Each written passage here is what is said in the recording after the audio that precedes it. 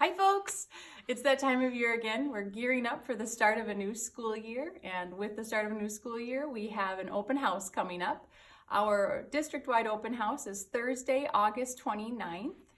We will have open house at all of our schools that day.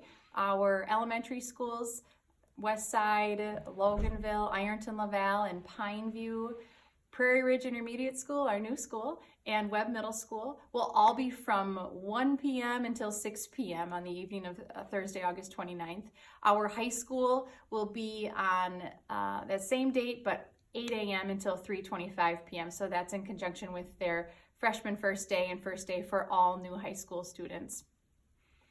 We really encourage all of our families to come on out on that day and take a stroll through our schools, check out all of the new spaces that have really developed over the course of the summer. Obviously with Prairie Ridge, it's a brand new building, a lot to see there, but we also, with the opening of Prairie Ridge, had an opportunity to do some different things in our other buildings as well. So we encourage you to come on out, meet your child's teacher. You can drop off school supplies that day, pay for your lunch, milk tickets.